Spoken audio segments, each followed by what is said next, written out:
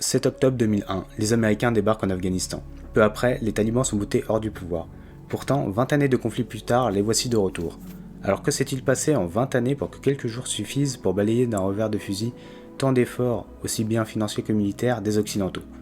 C'est ce que nous allons essayer de comprendre dans cette vidéo, ou plutôt dans ces deux vidéos puisque ce n'était pas prévu à la base, mais étant donné que j'ai 9 pages de script, je pense que c'est pour le mieux. Dans celle-ci, nous allons retracer l'histoire récente de l'Afghanistan, des années 60 environ à 2020, 2021 même. Les images que vous verrez dans ces deux vidéos s'appuieront notamment sur le documentaire Afghanistan, pays meurtri par la guerre, disponible gratuitement sur le site d'Arte.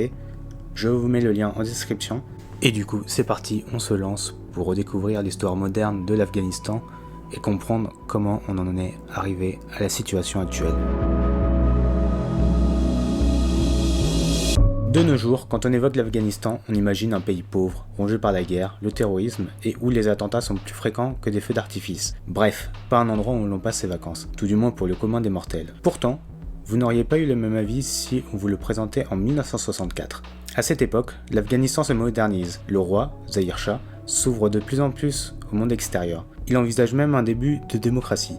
Le pays s'occidentalise, tout du moins dans les villes. Des investisseurs étrangers aussi bien occidentaux que soviétiques, et oui on est en pleine guerre froide, ce qui sera très important pour la suite, ils développent des infrastructures. Le tourisme se développe, là encore par le biais de nombreux occidentaux, principalement des hippies, et ouais, on est dans cette époque incroyable.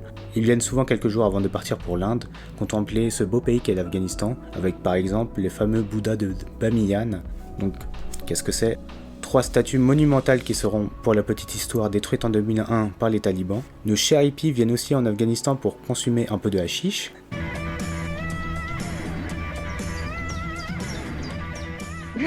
Ja, ich rauche halt. Gute Zeichen. Ja, es kommt drauf an. Manche Leute denken viel, manche denken es ist wenig. Da muss der Junge, der muss da gestoned werden. Ach nee, das macht ja nichts, das ist ja auch gut. Nee, der ist schon ganz okay. Si les villes s'occidentalisent et s'ouvrent au monde, ce n'est pas le cas des campagnes afghanes, dont la population reculée reste ancrée dans ses traditions et voit d'un très mauvais œil les changements amorcés dans les grandes villes, principalement dû au fait qu'eux n'en bénéficient aucunement. Mais c'est dans les villes que surviennent les premières manifestations. Elles surviennent dès 1967 et promeut le communisme. Alors ça peut être surprenant, je sais, mais en réalité c'est explicable par le fait que beaucoup de jeunes étudiants afghans effectuaient leurs études en Russie, donc en URSS à l'époque. Ces étudiants revenaient ensuite dans le pays avec un désir de promulguer le socialisme. À ces manifestations en répondaient à d'autres, promulguant au contraire des idées centrées sur l'islam, voyant d'un très très mauvais œil le mouvement communiste. Logique, puisque le communisme proscrit la pratique de toute religion. Et c'est là que les problèmes commencent. Mais devant le merdier qui s'annonce, vous me direz, que devient le roi ? Eh bien ce cher Zahir Shah devient de moins en moins populaire. Son inaction devant la souffrance de la population rurale fait chuter sa popularité. L'inévitable se produit en 1973, un coup d'état militaire a lieu, le roi étant en déplacement en Italie, l'armée prend le pouvoir, soutenue et formée par l'URSS, la République est proclamée, les communistes accèdent au pouvoir et c'est Mohamed Daoud Khan, le beau-frère du roi, et oui, qui est nommé président. Seulement, après quelques années, ce cher président Daoud commence à déconner, il se détourne de l'URSS rapidement et se met à enfermer des communistes, qui l'avaient pourtant aidé à accéder au pouvoir. Autant dire que l'Union soviétique l'a très mauvaise, et contrarier les soviétiques à cette époque, mauvaise idée. Nouveau coup d'état en 1978, et oui, le président Daoud Khan et sa famille sont massacrés. À cette époque, ça rigole pas. C'est le Parti démocratique populaire d'Afghanistan qui prend le pouvoir, financé et soutenu par Moscou. C'est le président Taraki qui est nommé. Sous ce régime, des grands changements ont lieu dans la société afghane, les trucs classiques du communisme, la nationalisation des terres, des entreprises, etc. Les grands propriétaires voient leurs terres redistribuées. Et d'autres changements plus en profondeur et notables surviennent également. Les femmes obtiennent les mêmes droits que les hommes. Elles peuvent étudier, travailler, bref, acquérir une certaine autonomie. Par contre, communisme oblige, les mosquées ferment, le voile est interdit dans les lieux publics, des abus auront lieu pour ceux qui sont soupçonnés par le régime d'être des extrémistes religieux, désignés souvent sur des critères assez flous, de nombreuses disparitions auront lieu, et les malheureux finissent souvent enfermés dans des conditions très précaires, dans des prisons dégueulasses, etc., et parfois directement assassinés. Évidemment, un tel régime mène au soulèvement. Des partisans du parti islamiste se soulèvent en mars 1979 et ont le soutien d'une bonne partie de la population, facilement explicable par la cruauté du régime envers certains musulmans, dans un pays où l'immense majorité de la population est de confession musulmane. Face à cette opposition, le régime communiste vacille, de plus qu'un léger imprévu a lieu dans le gouvernement. Le premier ministre Amin fait assassiner le président Taraki et prend le pouvoir. Oui, c'est un sacré bordel, je sais. Ça tombe bien puisque les soviétiques se disent la même chose, et voyant que dans le même temps les insurgés gagnent en influence dans plusieurs provinces de l'Afghanistan, décident de prendre des mesures drastiques. Vous l'avez compris, c'est le début de la guerre. Une guerre dont l'impact dépassera tout ce que l'on pouvait imaginer à son commencement, et dont les conséquences changeront le monde entier.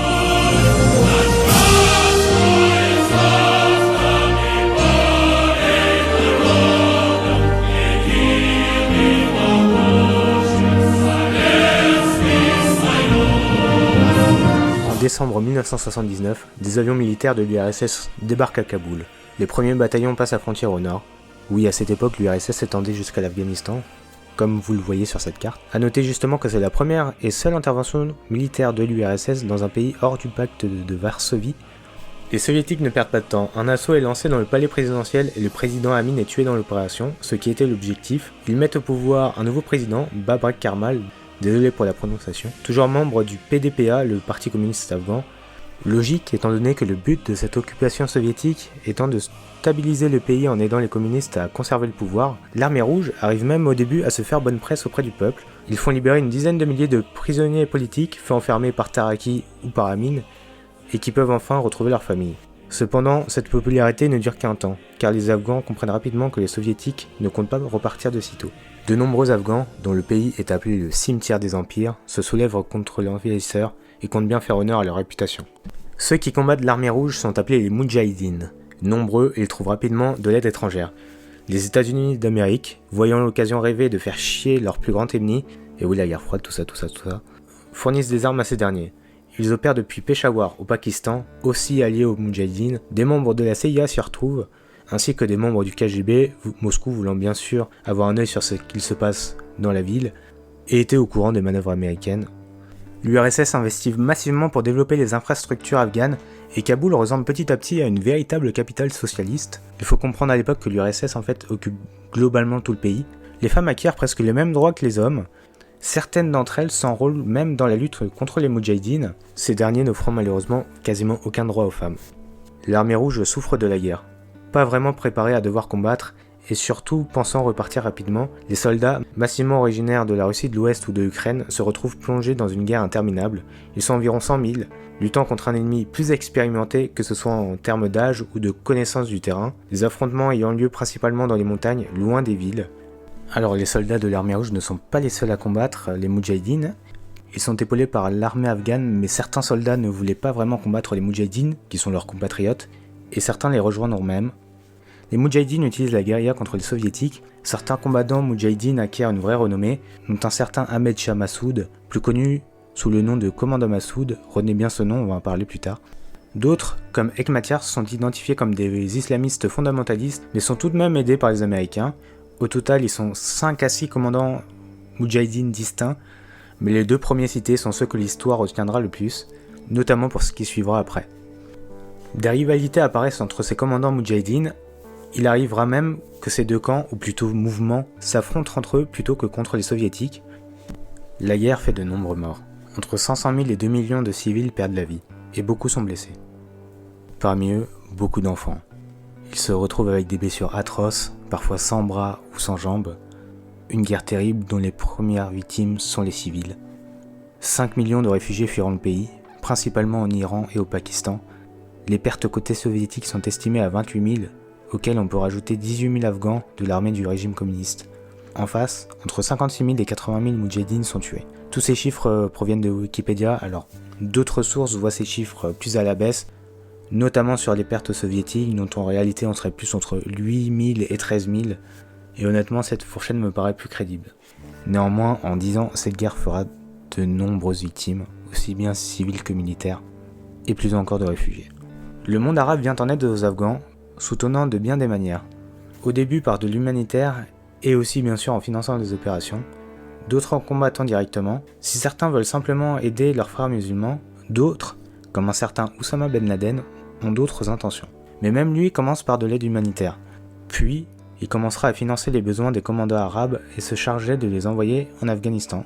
Dans ces infrastructures, des dessins plus sombres se dessinent. Des écoles sont ouvertes, dont certaines forment des enfants et les font devenir de véritables extrémistes religieux. Vous comprenez maintenant d'où viennent la germe des premiers talibans.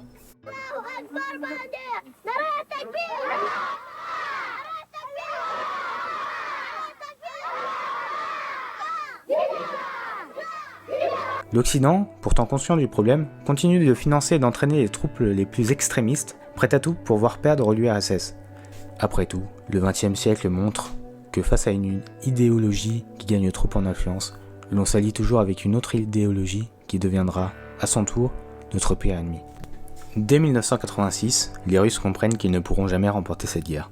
Et si l'histoire nous apprend quelque chose, c'est qu'on ne peut gagner une guerre contre le peuple. La même année, les États-Unis d'Amérique, sous l'impulsion du président Reagan, renforcent davantage le soutien aux Moudjahidines en leur fournissant des armes modernes, capables même d'abattre des hélicoptères ennemis.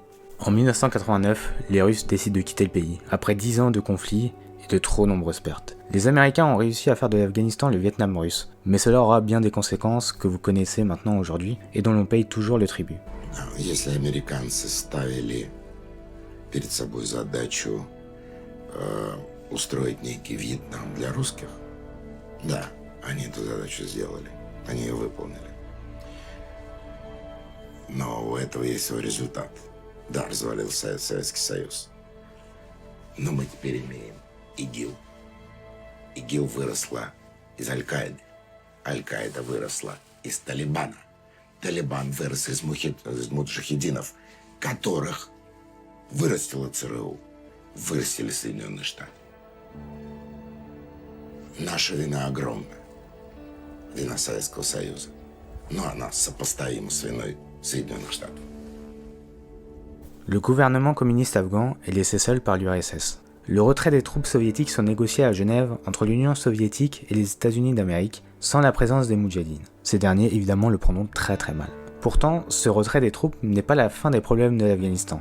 Communistes de Kaboul et Moudjahidines sont prêts à s'affronter, ces derniers devenant pour certains de plus en plus fanatiques. Et si les soviétiques ont quitté l'Afghanistan, la guerre, elle, n'a pas fini de s'abattre sur le peuple afghan.